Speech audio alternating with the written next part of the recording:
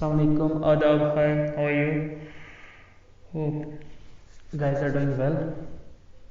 जो second part of video मैं बनाने जा रहा हूँ, जिसमें मैं लिटरेचर डिस्कस कर रहा हूँ, मतलब जो एंशिएंट इंडियन लिटरेचर है उसको डिस्कस कर रहा हूँ कि इंडियन लिटरेचर जो है वो कितना इम्पॉर्टेंट है Indian ancient society, polity, economy या जो कुछ भी आप लैंग्वेज इवन एंशिएंट इंडिया का पढ़ेंगे तो उस मटेरियल को कंसल्ट करना लाजमी है। Without that material you can not go for the ancient studies of India और you can not go for the ancient antiquities of India without these sources और without these literary mentions. So guys, first part of video में हमने वेदास को discuss किया, limbs of Vedas को discuss किया और rest of the letter वैदिक जो लिटरेचर था, last stage of composition of Vedas, उसको हमने डिस्कस किया है। तो गाइस, इसमें हम दो एपिक्स को डिस्कस करेंगे इस वीडियो में। पहले the Ramayana and the Mahabharata, ये दो ऐसे एपिक्स है जिनको हम पहले डिस्कस करेंगे इस वीडियो में। तो गाइस, मैं थोड़ा पढ़ूंगा, जो फैक्ट्स है आप प्लीज़ इनको याद रखिए कि फैक्ट्स जो है ना ये इंपॉर्टेंट है, यही पूछे जाते हैं एग्जाम में, स्पेशली एमसीक्यूज पूछे जाते हैं, क्योंकि एमसीक्यूज की हम प्रिपरेशन कर रहे हैं कि एमसीक्यूज ऑलमोस्ट इसमें कुछ हमारे आने चाहिए या ज़्यादा से ज़्यादा एमसीक्यूज मतलब इसमें हमारे फंसने चाहिए। तो मेरा कंसंट्रेशन या मेरा जो जहन है वो भी इसी पर कंसंट्रेट कर रहा है ताकि आपके एग्जाम्स को हेल्प करूं, मतलब आपके एग्जाम की प्रिपरेशन को हेल्प करूं, ताकि आप ज़्यादा से ज़्यादा एमसीक्यूज पे with in short span of time उस पर फोकस करें। तो यहाँ पर मैं थोड़ा पढ़ूंगा तो आप समझेंगे और अगर चाहे तो नोट भी कर सकते हैं। The Ramayana of Valmiki is the original Ramayana, यानी रामायण जो वाल्मीकि की है, ये आथर है इसके माने जाते हैं, तो ये ओरिजिनल रामायण है। It's called अधिकव्य, अधिकव्य, ADIKAVY, and Maharshi Valmiki is known as आदिकवि, और महर्षि वाल्मीकि जो है वो आदिकवि के नाम से जाने जाते हैं, ADIKAVI। The Ramayana presents a picture of an ideal society, ideal society बहुत मोतबर सोसाइटी की एक पिक्चर प्रेजेंट करते हैं। The other epic Mahabharata was written by Ved Vyas, VED, Ved VYAS। ये संस्कृत नेम्स है, बहुत डिफिकल्ट नेम्स है, पढ़ने में थोड़ा मुश्किल होता है क्योंकि हम संस्कृत से इतने नॉलेजेबल नहीं है। तो आप चाहें कि इनको या खुद प्रैक्टिस करें पढ़ने की या इनको स्पेल करें, फिर उनको याद रखें या फिर इनको नोट डाउन करें। Originally it was written in Sanskrit and contained 800 verses and was called Jaya। Sanskrit में ये लिखी गई है और इसमें ऑलमोस्ट 8800 वर्सेस है एंड वाज कॉल्ड जया, और इसको जया बताया गया। और the collection dealing with victory, या ये जो इसमें हिम्स या इसमें वर्स जो है ये collection of dealing with victory. These were raised to 24,000 and came to be known as Bharata, named after one of the earliest Vedic tribes. The final compilation brought the verses to 10,000. Which came to be known as the Mahabharata or the Sata Sahasri Samhita. Sata Sahasri Samhita. It contains narrative, descriptive, didactic material. Didactic कहते हैं नसीहाना material को, मतलब जिसमें नसीहत हो, जिसमें नसीहत आमेज मटेरियल हो, relating to conflict between the Kauravas and the Pandavas, और इसमें रिलेशन दिखाई गई है जो कन्फ्लिक्ट रहा है कौरवास और पांडवास में। The Mahabharata and the Ramayana have several renderings in different Indian languages. The Mahabharata contains the famous Bhagavad Gita, which contains the essence of divine wisdom. Mahabharata जो है it contain the famous Bhagavad Gita, यानी भगवद गीता इसी से मतलब कंटेन है जो डिवाइन विजडम की मतलब एसेंस दिखाता है इसमें। And it's truly a universal gospel, though it's a very ancient scripture, it's fundamental teaching are in use and today. यानी अगर ये बहुत पुराना स्क्रिप्चर है, बहुत पुराना मटेरियल है, लेकिन फिर भी इसका यूज अभी भी इस मॉडर्न एरा में भी हो रहा है। भगवद गीता को हम थोड़ा सा डिस्कस करेंगे। In the Bhagavad Gita Krishna explains to Arjuna his duties as a warrior and ये तो सिंपल इंग्लिश है तो आपको इजीली समझ आएगा. And prince and elaborates on different yogic and vedantic philosophies with examples and analogies. This makes Gita a concise guide to Hindu philosophy and a parochial, self-contained guide to life in modern times. Swami Vivekananda, Bal Gangadhar Tilak, Mahatma Gandhi and many others used the text to help inspire the Indian independence movement. This was mainly because the Bhagavad Gita spoke of positiveness in human actions. It also spoke of duty to. यानी कहते हैं कि बाल गंगाधर तिलक, स्वामी विवेकानंदा, महात्मा गांधी जो इन्होंने national movement में इसको use किया, मतलब लोगों को इससे एजुकेट किया, उनको यूनाइट किया, उनको हेल्प किया कि इस टेक्स्ट से उनको जोड़ना, फिर इंडियन नेशनल मूवमेंट के तौर पर मतलब उसको उन लोगों को यूज़ करना कि जो फ्रीडम स्ट्रगल है इसको जल्द से जल्द कंप्लीशन की तरफ धकेला जाए और लोगों को एक ही प्लेटफॉर्म पे यूनाइट किया गया. तो इसमें बहुत बड़ा रोल है भगवद गीता का, और जो भगवद गीता मेनली यूज़ की गई है इन लीडर्स ने ताकि नेशनल मूवमेंट को फ़रोग मिले और फ्रीडम स्ट्रगल को फ़रोग मिले. It also spoke of duty towards God and human beings alike forgetting. यानी जैसे इस्लाम में है हुकूकुल इबाद और हुकूकुल्लाह, इसमें भी ऐसे ही है कि towards duty towards God and human beings alike. एक और इम्पॉर्टेंट बात जो आपको जाननी है कि जो गीता है ना, ये बहुत सारे बड़े लैंग्वेजेस में ट्रांसलेट की गई है, जो दुनिया में सबसे बड़ी लैंग्वेजेस में है, तो इसका ट्रांसलेशन हो गया है. You can read its translated version at well. के बाद आता है पुराणास. पुराणास भी इम्पॉर्टेंट पोजीशन उनकी है. अगर आपको इंडियन एंशिएंट सोसाइटी पढ़नी है या इंडियन एंशिएंट कल्चर पढ़ना है, पॉलिटी पढ़नी है, जो भी पढ़ना है, इकोनॉमी इवन पढ़नी है, तो you have to consider Puranas as well, क्योंकि पुराणास जो है वो नेक्स्ट इन इंपॉर्टेंस है after Vedas and epics. There are said to be 18 Puranas. कहा जाता है कि 18 पुराणास है and about the same number of upa Puranas. Some of the well known Puranas are, जो मानी जाने वाले पुराणास है उनमें से ब्रह्मा, भगवत, पद्मा, विष्णु, वायु, अग्नि, मत्स्या एंड गरुड़ा, ये वेल नोन पुराणास है जिनको हम जानते हैं. Their origin can be traced as far as back as the time Buddhism was gaining importance. यानी जब बुद्धिज्म के 6th सेंचुरी बीसी में, तो ये उस दौरान इन्होंने अपनी इंपॉर्टेंस कायम की थी या इंपॉर्टेंस गेन की थी. And was a major opponent of Brahmani culture. और जो पुराण से ये ब्राह्मणी कल्चर के अहम मुखालिफ था, अहम अपोजिट था. पुराणास आर मिथोलॉजिकल वर्क्स, यानी मिथ पे इनकी मतलब फाउंडेशन, यानी कि बुनियाद जो है वो मिथोलॉजिकल वर्क पे या मिथ पे है. Which propagate religious and spiritual message, जो प्रोपोगेट करते हैं, जो दावत देते हैं मजहबी और स्पिरिचुअल मैसेज की तरफ थ्रू पैराबल्स एंड फैबल्स. पैराबल्स होते हैं कि आप इसको ऐसे भी कह सकते हैं नसीहत आमोज हिकायत. हिकायतें जो होती है वो नसीहत से भरी होती है, उनको पैराबल्स कहते हैं. They have potent influence in the development of religious lives of the people. The Puranas follow the lines of the epics. ये क्या, ये कौन सी लाइन्स फॉलो करती हैं, कौन सी मतलब पोजिशन में ये किसकी पैटर्नाइजेशन हासिल करती हैं, ये किसकी पैटर्नाइजेशन लेती हैं? पुराना एपिक्स की पैटर्नाइजेशन लेती है, specially Mahabharata and Ramayan.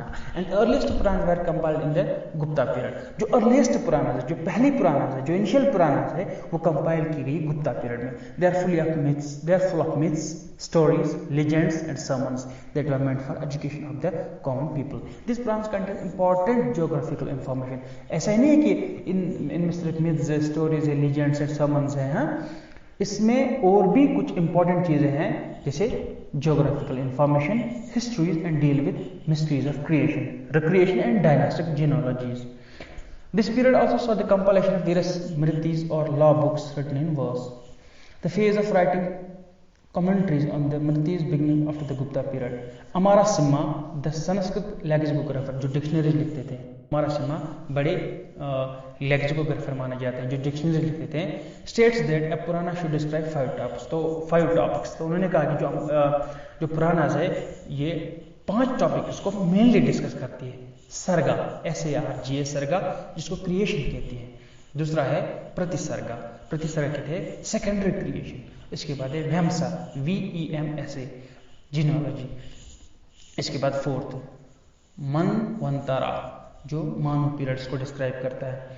Fifth है वंशंकारिता, ये बहुत डिफिकल्ट है, कैरिता, वंशानुचरिता, VAMSANUCARITA, जो डायनेस्टिक हिस्ट्री को टच करती है या डील करती है।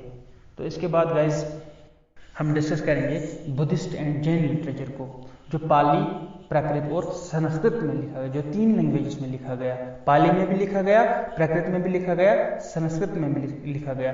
गाइज अभी हम लैंग्वेजेस पर डिस्कस नहीं करेंगे, मतलब हम पाली पर डिस्कस नहीं करेंगे, प्राकृत पर डिस्कस नहीं करेंगे, संस्कृत पर डिस्कस नहीं करेंगे। ये लैंग्वेजेस क्या थी, इनकी कंपोजिशन क्या थी, ये कहाँ से, मतलब राइट साइड से ये लिखते थे या लेफ्ट साइड से लिखते थे, ये हम इस पर भी हम अलग वीडियो बनाएंगे, वो देखेंगे कि इसकी इनके क्वालिटीज और फीचर्स क्या थे, इस पर हम इंशाल्लाह अलग वीडियो बनाएंगे। द रिलीजियस बुक्स, पहले हम जैन्स का डिस्कस करेंगे थोड़ा, सीधे हम दोनों का डिस्कस करेंगे साथ में ही। The religious books of the Jains and the Buddhist refer to historical persons और इंसिडेंट्स। सिंपल इंग्लिश है, सिंपल टर्मिनोलॉजी है, you can understand it. What you have to do, you have to listen it carefully. The earliest Buddhist works were written in Pali. जो Buddhism की या Buddhist की earlier works थी, पहले जो उन्होंने काम लिखे थे या पहले उन्होंने बुक से लिटरेचर लिखा था, वो पाली में लिखे थे, which was spoken in Magadha, जो मगध में ज्यादा स्पोक हो रही थी, and south Bihar. The Buddhist, ये भी 2 इंपॉर्टेंट पॉइंट्स है यहाँ पर। अगर आपको पूछा जाए कि पाली ज़्यादा कहाँ पर बोली जाती थी, तो आपको मगधा और अगर साउथ बिहार का कोई मेंशन होगा तो यू कैन मेंशन दैट। इसके बाद Buddhist works can be divided into the canonical and the non canonical, जिसको आप सिंपली कहेंगे मजहबी या गैर मजहबी। The canonical literature is best represented by the Tripitakas. जो कैनोनिकल मजहबी लिटरेचर है उसको बेस्ट रिप्रेजेंट करता है त्रिपिटकास, दैट्स 3 बास्केट्स, 3 बास्केट्स है वो, मतलब 3 बास्केट्स ऑफ लिटरेचर है वो क्या क्या है? Vinaya Pitaka, VINAY Vinaya Pitaka, Sutta Pitaka, SUTTA and Abhidhamma Pitaka, ABHIDHAMA PITAK। अगर प्रोनाउंसिएशन में या स्पेलिंग में कोई मिस्टेक होती है तो I apologize, you will justify it yourself if you feel necessary. और अगर आपको लगे कि मैं कहीं पे गलत जा रहा हूँ तो आप मुझे रेस्टिफाई कर सकते हैं। विनया पिटका, पहले हम विनया पिटका के बारे में डिस्कस करेंगे। Vinaya Pitaka deals with rules and regulations of daily life. Simple है, आपको समझ आया होगा। Sutta Pitaka contains dialogues and discourses on morality and deals with dhamma with, while Abhidhamma Pitaka deals with philosophy and metaphysics. यानी अपनी अपनी किताब अपनी चीज़ को डिस्कस करती है। विनया पिटका सिर्फ डेली लाइफ को डिस्कस करती है, डेली लाइफ में क्या होता है, लोग क्या खाते थे, क्या पीते थे, उनका रहन सहन क्या था, वो डिस्कस करती है। इसके बाद सुट्टा पिटका है, उसमें डायलॉग्स हैं, डिस्कोर्सेज हैं, मतलब नासिहाना पैराबल्स है, उसमें फैबल्स है, डिडैक्टिक मटेरियल है उसमें बहुत सारा, एंड डील्स विद धर्म। अब अभिधम्म पिटका की अगर बात करें, फिलॉसफी के साथ डील करती है या मेटाफिजिक्स के साथ डील करती है। It included discourse on various subjects such as ethics पे डिस्कस करती हैं, साइकोलॉजी पे डिस्कस करती है, theories of knowledge and metaphysical problem जो थी, ये सब इन चीज़ों को टच करती है। तो इसके बाद द नॉन कैनोनिकल लिटरेचर है, उसको हम थोड़ा सा डिस्क्राइब करेंगे। इस बेस्ट रिप्रेजेंट करते हैं जटाकास। ऊपर क्या कर रहे थे, ऊपर वो त्रिपिटकास की बात है, लेकिन जो नॉन कैनोनिकल लिटरेचर है इसको आपको याद रखना है कि ये जटाकास, ये रिप्रेजेंट होता है जटाकास से, वो पिटका से और ये जटाकास से रिप्रेजेंट होते हैं। ये तो इंपॉर्टेंट है कि कैनोनिकल और नॉन कैनोनिकल का डिफरेंशिएशन पूछी जाए तो ये लाजमी आपको याद रखना है। वो पिटका से रिप्रेजेंट होती है और ये जटाकास से। Jatakas are the most interesting story. ये बहुत मतलब ह्यूज कॉप्स ऑफ स्टोरीज है इसमें, ह्यूज पाइल्स ऑफ स्टोरीज है इसमें on the previous birth of the Buddha, जो बुद्धा की प्रीवियस बर्थ हो गई है। It was believed that before he was finally born as Gautama the Buddhist practicing Dhamma passed through more than 550 birth, यानी 550 birth उसके पहले हो गई है। तो उसके बारे में ये डिस्कस कर रही है। In many cases even in the form of animals. Each birth story is called Jataka, यानी ईच बर्थ यानी 550 बर्थ जो अलग अलग एक एक स्टोरी है तो वो जटाका कहलाती है। एक स्टोरी एक जटाका कहलाती है और एक बर्थ को मेंशन करती है। The Jatakas throw invaluable light on the social and economic conditions ranging from the 6th century BC to the 2nd century BC. They also make incidental reference to political events in the age of Buddha.